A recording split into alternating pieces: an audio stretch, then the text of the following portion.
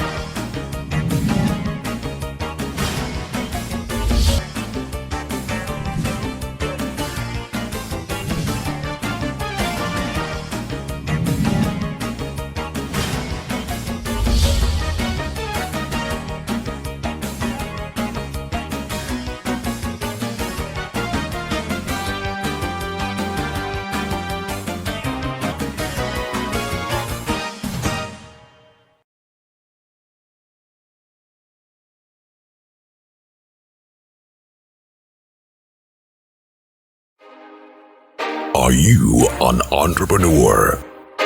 Do you have an existing business or great business idea?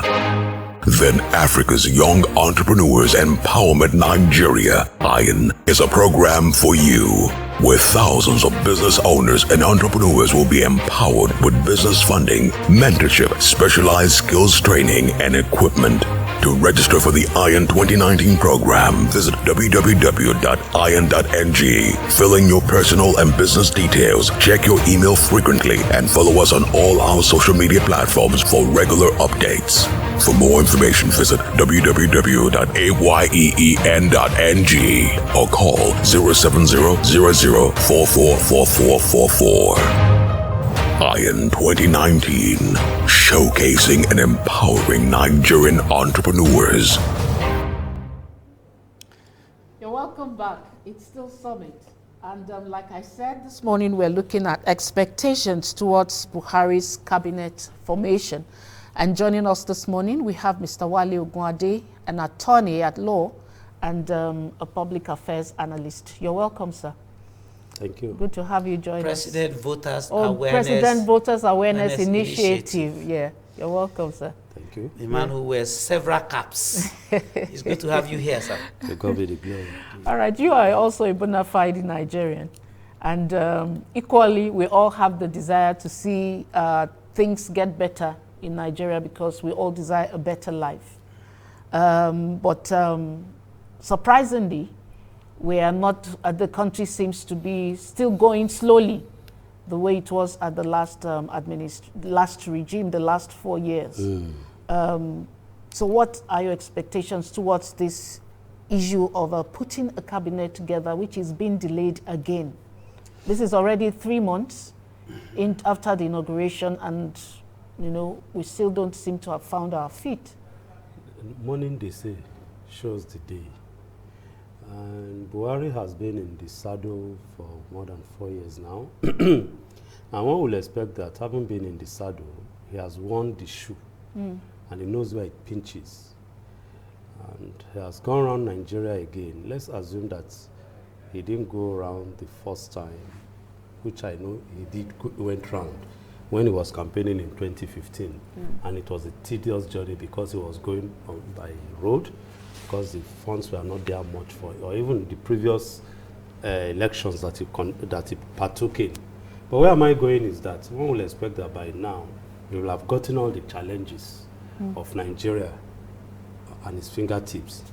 Because me, that I'm not a politician, I have the opportunity of going around Nigeria, and I know that all you need to do is to build some housing estates, set up some factory. Like I've been to the Say area, and I know that they are involved in jute bags. Right. I know that I've gone to Jalingo area. They have groundnuts in surplus. And all you need to do is to connect those who manufacture jute bags with those who are involved in groundnuts, and of course encourage both sectors how to work together and now turn those things into exports. Then the farmers that are involved, there will be a value chain, and all and all and all. Where I'm going is that we need people who have the intelligence to move this country forward. And the last set of ministers were not a set of ministers that one can say is impressed about. And one will expect that by now, the president will have put in his team, even if he's just giving the names. I agree that the Constitution does not give him a time limit, no doubt. I agree that the National Assembly is just being formed, yes. And of course, particularly the National Assembly and the Senate itself, he can't do anything without Senate's confirmation, and those ones are just getting themselves ready.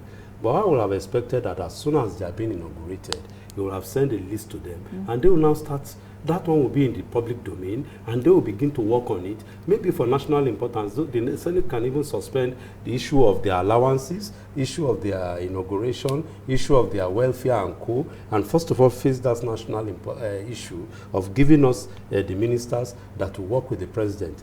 But because there is a whole lack of coordination, as I want to believe, then we have this problem. And it's really walking down and pulling down the work of government. Because you agree with me, there are some issues, because I know that it happens. There are some issues that needs the attention of the minister. It is the minister that will give necessary approvals before anything, not the PS. It is the approval, and the president cannot give approval. It does not matter that it's the president. The authority to give approval for some issues is the minister. And in the absence of that, there's nothing that can happen, or anything that is done is an illegal act. It does not matter. That's why we have that doctrine, ultra virus. It means it's beyond his power, or he's not up to. So to avoid all those things, as we say in law again, lacuna, creating a lacuna, we have issues in the system that needs urgent attention. But since the president is somebody who takes his time, then we'll allow him to take his time and just bid that this next 4 years will go away. And if this next 4 years go away, then we hope that another president that will come will be someone that will give us all and will make things work. If anybody thinks that, yes, he is expecting magic in this dispensation, the person should just go and have a good sleep. What our advanced Nigerians... No, did you say that if anybody is expecting... good dividends of Nigerians are not really expecting magic. No, they are not expecting. But I think we should break it down. The expectations of Nigeria, particularly, is in the area of economy, how they can put food on their table, how they can be secure when they move from point A to point B, and how they can enjoy good health care services, education and all that. So Nigerians are not actually expecting magic. So when you say they are expecting, is it that they expect their El Dorado sort of? You know, so the Yorubas are good in Proverbs too, with my brothers in the East, but I'll go to the Yoruba people this time around. They say if you spend 20 years to practice, to prepare for madness, how many years will you now spend in practicing it? We've seen how it is. The state of insecurity, I cannot travel out of the southwest. In fact, I can't travel beyond Ibadan now without my heart being in my mouth. Do you have a guarantee that you can travel between here and Ibadan? No, at least to some extent, yes, for now. Well, before it was, they used to rob along the Lagos-Ibadan Expressway, but I want to believe I've not had it in the recent past. They've shifted to the Ilesha Ikirun, the Lara area axis now, and of course the Ondore axis and co. I dare not. You know, I used to crisscross Nigeria by vehicle, go around from Lagos. I'll take off to Ibadan. From Ibadan, I'll land in Ogbomoso, Osogbo, go live again, go to maybe Ede, pass through Ede, move again maybe to Akure, or I decide again, go to Ilorin through where is it now? Where is this? Ogbomoso. From Ogbomoso, I go in to Ilorin, then to Kaba, to Jeba, then inside I go to Kaduna. From there, I go to Kano, sometimes Sokoto, and of course Ilela. All these places I go. Okay. But as my people will say, they don't born me well now, and it's not sure. So you have just confirmed that on the highway, and government must do something. Okay, insecurity. In terms of rating, insecurity is on the top of the table now. In terms of the challenges that Nigerians are actually confronted with. You know, before we actually came to the second term of President Muhammadu Buhari, the issue was economy. Yeah. How to turn around the economy and make Nigerians get good dividends of democracy. But the table has turned now, and what every Nigerian is on the lip of every Nigerian is security. Is there any link between the delay in the formation of the cabinet of the president and this rising wave of insecurity? I don't see any link. Because the minister, I don't see what the minister will do to arrest. Of defense. I don't see, the minister of defense need not be there. The defense chiefs are there. And I don't see anything. But again, I will just agree with you that indeed maybe that can be. I just want to agree so that I don't become a lawyer here. I just want to agree that yes, it is. Then why don't we set up and just, even if at worst, you can do it in bits, just for the name of somebody who will be the Minister of Defense to the Senate, for him to be confirmed and for him to start his work. It's not necessary that all ministers are sent to the Senate in one false swap. They can be done in bits, so that those that are important carry on their work, if that's what it is. But to me, I see, no doubt, when we look at the economic activity. Again, what would the person do if he's appointed today? What would you expect him to do for the minister? If we have a Minister of Defense today? Really, I heard Buhari talking some few days ago that changing defense chief or the military chiefs is not that easy as people think, because they have been on ground, some of them are working, and of course they will bring results and so on.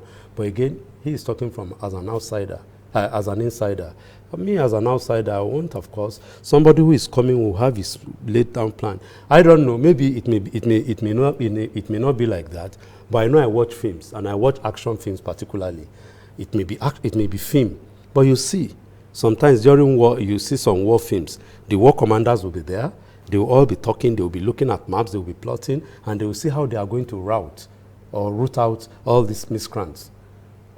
And I think that somebody who is up there, who knows the topography of, or has the knowledge of war and tactical command and co, should be the minister, or even if it's just a civilian, it doesn't matter to me. But somebody who has that intelligence, these people, this is their base. Is there a way we can encircle them? Is there a way we can do what we call renaissances around them and then move against them and close up on them? Things like that. Yes, they say that they are fighting insurgents, but they have a base. They are not. They don't come from the moon.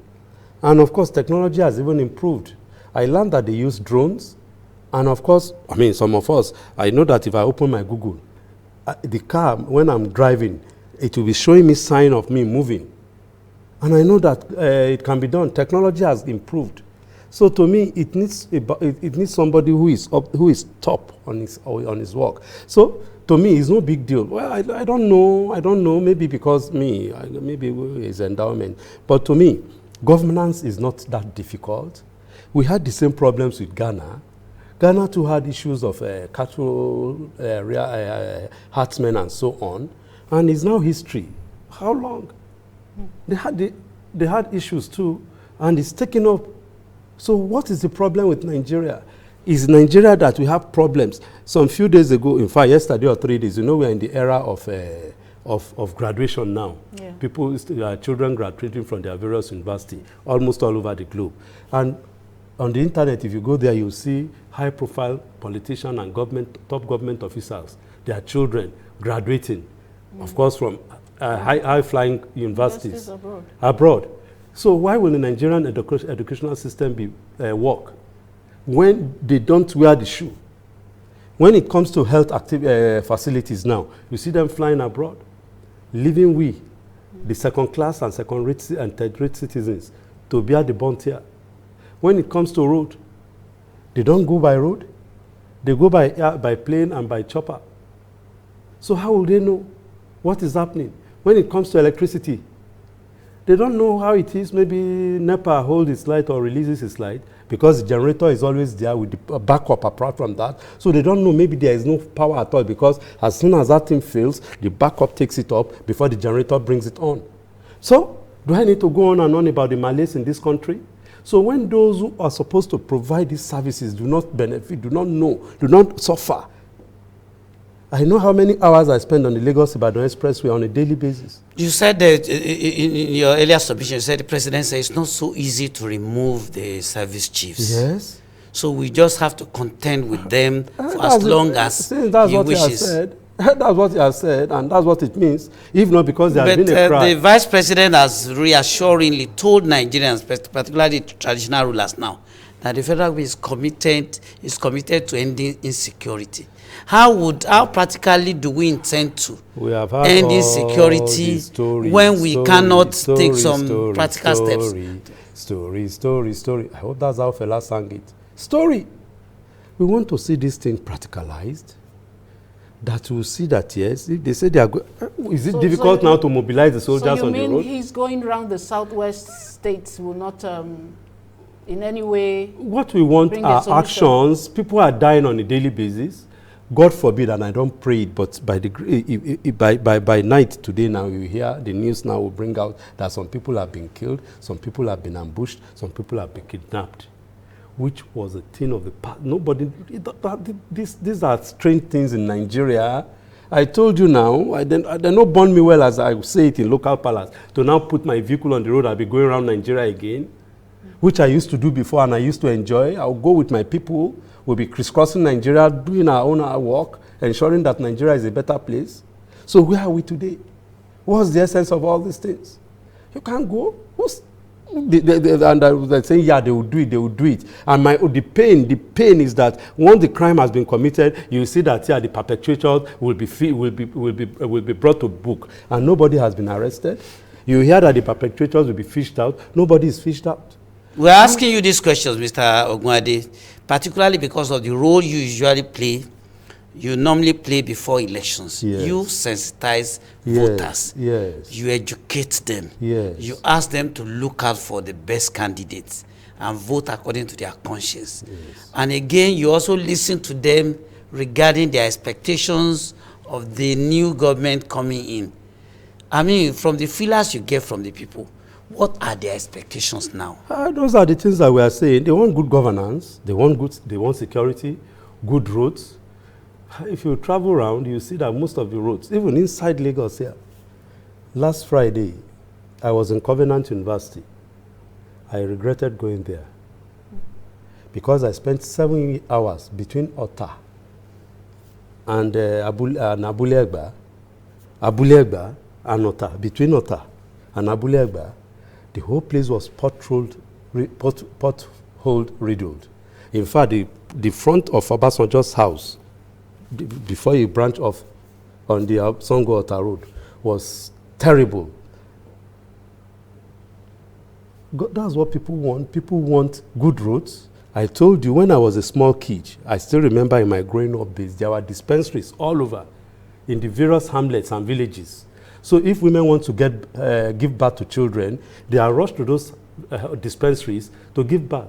And this time now you find out that death rates in childbirth has improved and increased because all those dispensaries, they are no more. You can imagine in the traffic, I said I spent hours in the traffic. You can imagine if someone, a woman wants to give birth to a baby, or somebody is at the point of death. I'm talking about that. That is one of the reasons why my friend Bamidele Adiru died.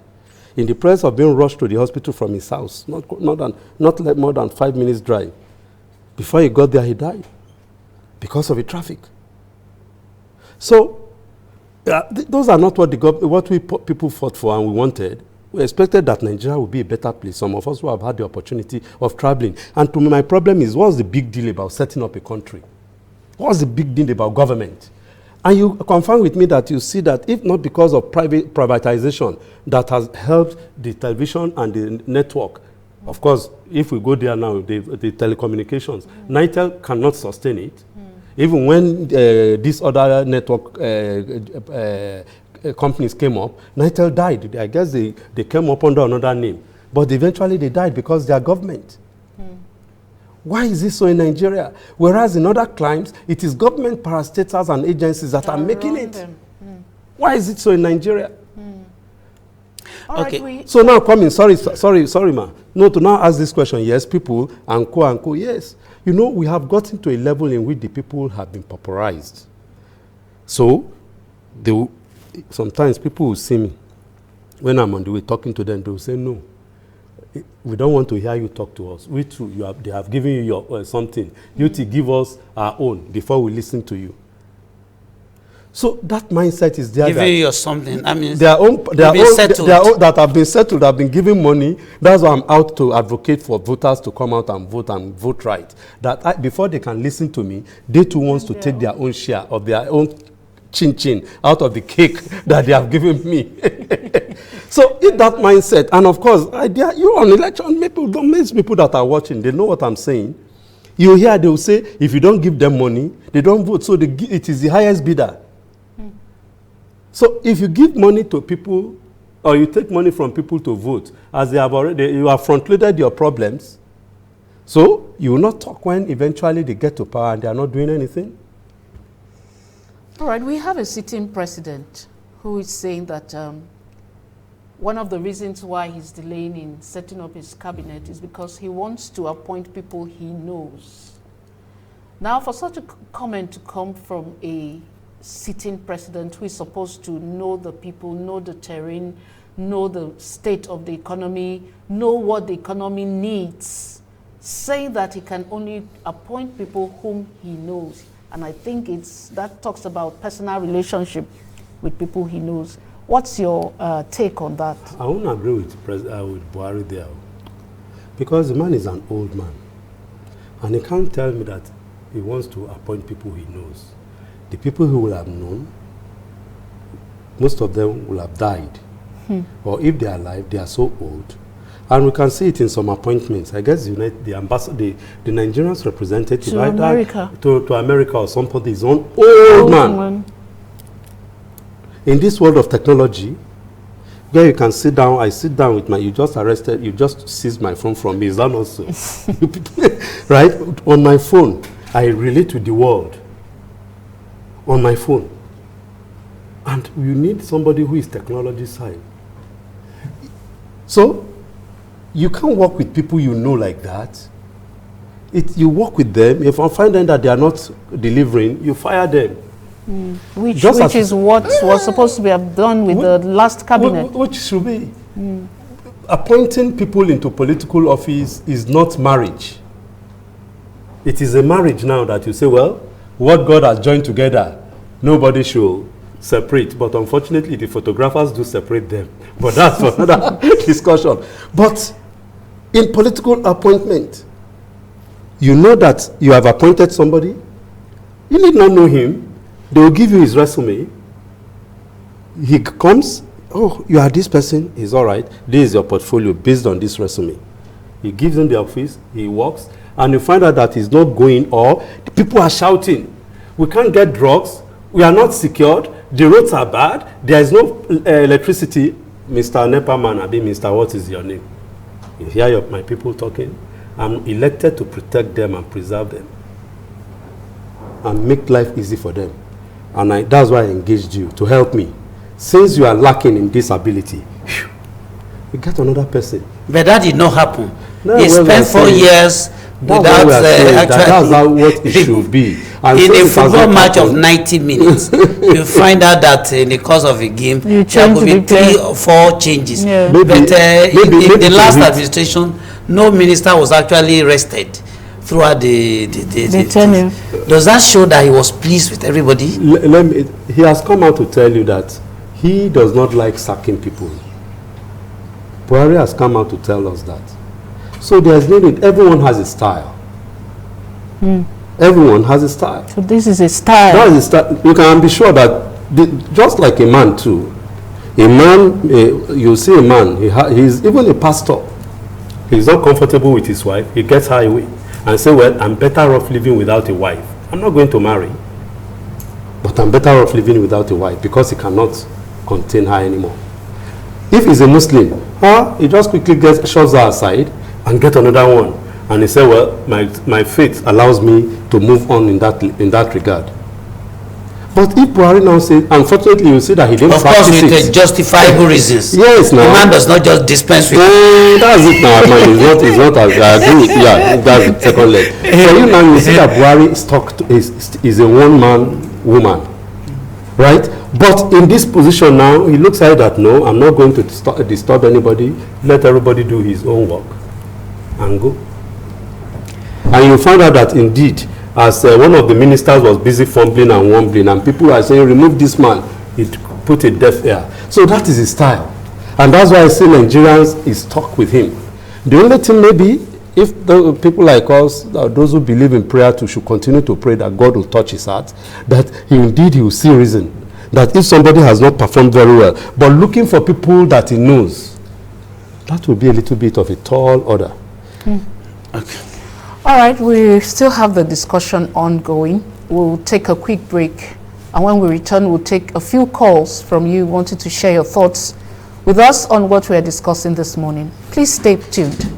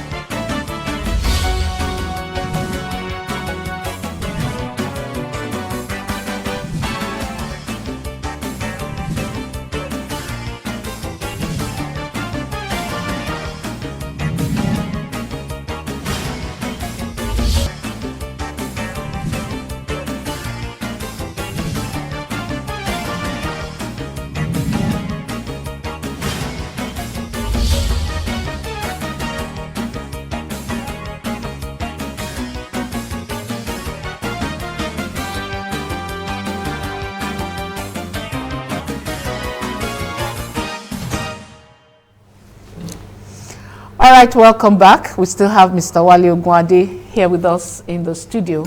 So please, we want you to call in, but please, we want you to share with us your expectation. We don't want a long story. Please, just tell us your expectation towards the cabinet formation of President Buhari's administration. The number to call is 070-5929-1146, 070-5929-1146. To share your thoughts with us. All right. I know you are not an expert in all the areas of governance, education, health, and all that. But can you actually hazard a guess as to the estimate of the loss that we have suffered in the last couple of months for the non-existence of a cabinet?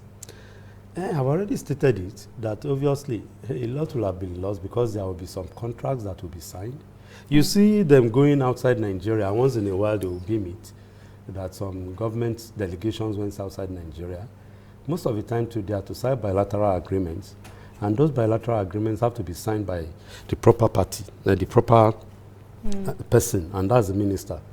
So if they say a government official went to sign, the possibility is that he signed in escrow or in vacuum. What it means is that he just signed. Then maybe when the appropriate minister now comes on board, they will now go back again to carry out another signing. And that will be at the cost. That is, by the way. Don't forget that a minister, because he's the political head, will do things in a political manner. Okay. Go somewhere and give some political, make some political statement, and of course give some policy directive that will move things, turn things around. Particularly if somebody is a showboy, he wants to show himself that, yeah, I can act. I mean, if you saw what happened when Osinbajo was the acting president, he was going around and, of course, doing things. In fact, he was going to dreaded places. He went as far into the creeks to meet the militants. And, of course, those turn things around. Yes. So, but if there is nothing happening, money will be wasted. Assuming Osinbajo did not go to the creeks, you can imagine the monumental loss again that will have continued in terms of the bombing of we have somebody on the line of the pipeline. Hello. Hello, good morning. Hello, good morning. Hello, you are on. Yeah, good morning. Good morning. What's your name and where are you calling us from?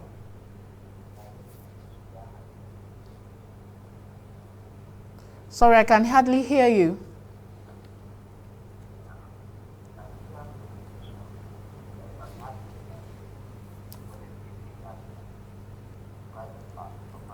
A long distance call.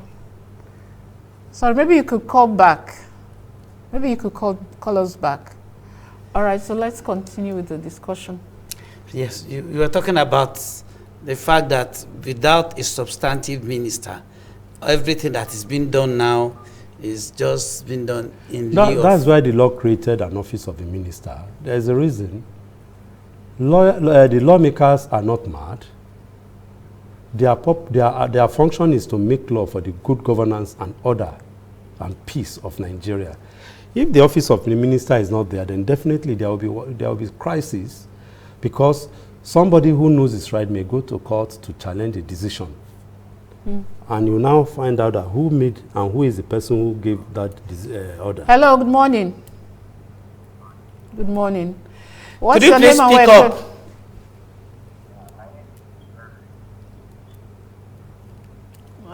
Can hardly hear you. Sorry, we can't hear you. All right, sir, please. So, to all intents and purposes, the framers of the Constitution knows what they are doing when they created that office. No doubt some people may say it's job for the boys, but there is a reason why it's there. The politician who is the minister or the commissioner is one of those who is the foot soldier of the governor or the president, who came from a constituency.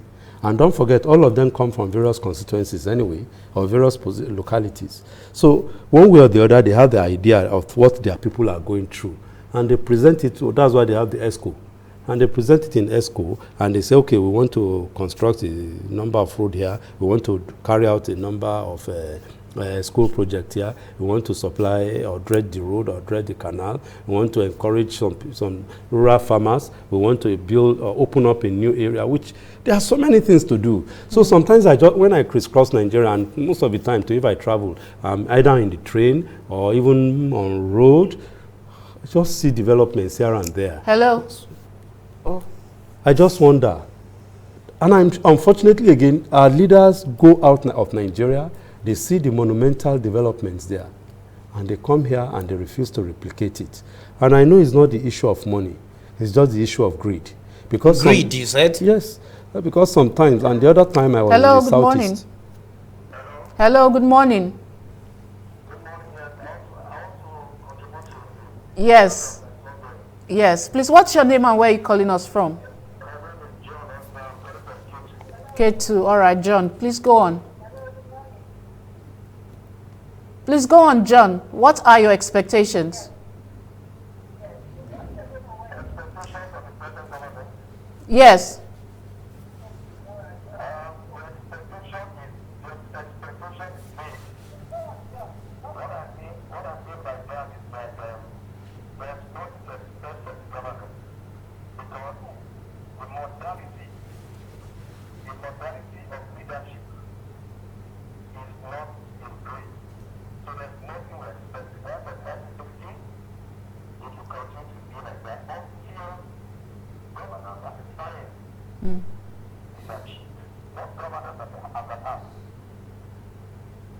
All right, John, thank you so much. Saying he's not expecting anything, that the governance is not really It's nothing. I'm just summarizing what he said. It's really nothing to write home about. So he's not expecting much. The administration or what? What specifically? The administration, yes. He's not expecting much. Oh, he's not expecting magic in you're using your words. But I hope those in authorities, because I know they watch these programs and they have people. But irrespective of his whatever low expectation or whatever, I'm sure he's concerned about the security situation. Wherever he's staying, he doesn't want to be disturbed by bandits or by whichever miscreants. All Nigerians. In fact, not only all Nigerians. Every part of the world. Just yesterday, 4 Turkish nationals were actually abducted in Kwara State. And here we are.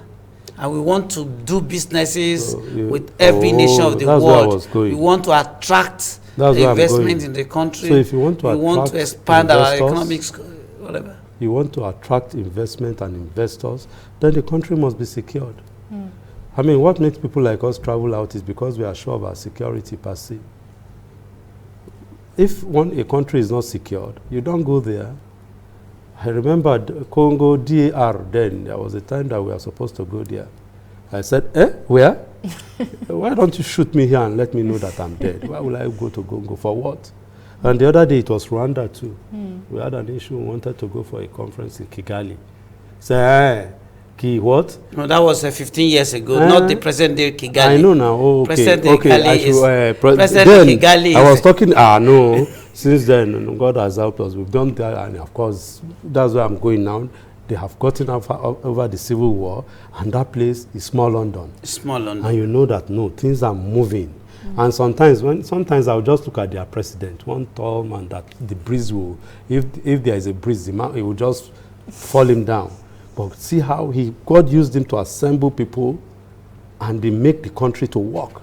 And I know that we can do the same in this country, but the problem is greed. Money will be released to people to work. They will just divert it. What about the National Economic Committee that was set up? Do they have the strength and the wherewithal to actually do anything commendable about the economy? I don't know. Buhari has come to tell us that they want to lift 10 million people out of poverty. And if you want to lift in a year, 10 million people in a year, and we have 365 days in a year. If you want to lift 10 million people out of poverty in a year, it means that you'll be working with close to 500,000 in a year, in a day, to lift those people out of poverty. I don't see anything that is done in that regard, and days are going. The central bank came up with some policies that they are going to support small-scale farmers, they are going to support medium-scale businesses, they are going to reduce the tax, the interest rate, they are going to encourage banks to give loan to their customers, and co and co and co. More than a month now since they have released the guidelines, I have not seen anything. Of course, that they are going to support a comprehensive integrated farming. All these things are just on paper. At the end of the day, my problem is that at the end of the year, the money that is voted for such activity will go down the drain. A budget will be played, you won't see the money used, and of course, the event too that is voted for, you won't see the result. And we continue like that, year in, year out. And we want to compare ourselves with developed parts of the world. It's not possible. It's akin to a student who in 1 or 2 minutes, you want to advise President Muhammadu Buhari with his the closest aides now. That's the chief of staff, the secretary to federal government, and those with whom he's actually governing us now, on the steps to be taken, and the party itself, on how to come up and meet the yearnings of Nigerians regarding the prompt formation of ministerial or the cabinet. So what's your advice for them? I have no problem with his forming a cabinet if he doesn't want to. If he doesn't want to? Yes, if he doesn't, again. But he said he's committed to it. But don't worry, don't forget that along the line he too said that he's not really interested in ministers because they are a bunch of noisemakers. And you see, once someone has made up his mind, changing it may be difficult. But where I appreciate is your statement concerning his chief of staff and his cabinet and his cabal, his kitchen cabinet. They can still make things work in Nigeria. There are still government officers that can make things work. We still have what we call FEMA. We still have the military. We still have the chief pharmacist, all those who are in the Ministry of Health that can ensure that the health ministry works, at least at some level, release drugs, release funds, and all for them to let us feel government. We can feel government. I remember some few weeks ago now people started talking. We need to. Okay then. So in a nutshell, Mr. President, please, the Nigerian people are waiting on. Do the needful. All right, thank you. Thank you so much, sir, for joining us this morning and for sharing your thoughts with us. To God be the glory. You can join our conversation on social media platforms. The addresses are there on the screen. Facebook, Summit TV, and on Instagram, follow us at Summit_current trends. The conversation continues there. And thank you for being a part of the program. Thank you again, sir. See you on Wednesday. To God be the glory. President Voters Awareness Initiative. Thank you very much for your time, sir. To God be the My name is Banji Busari. The discussion continues just as the Jumoke told you. See you again on Wednesday.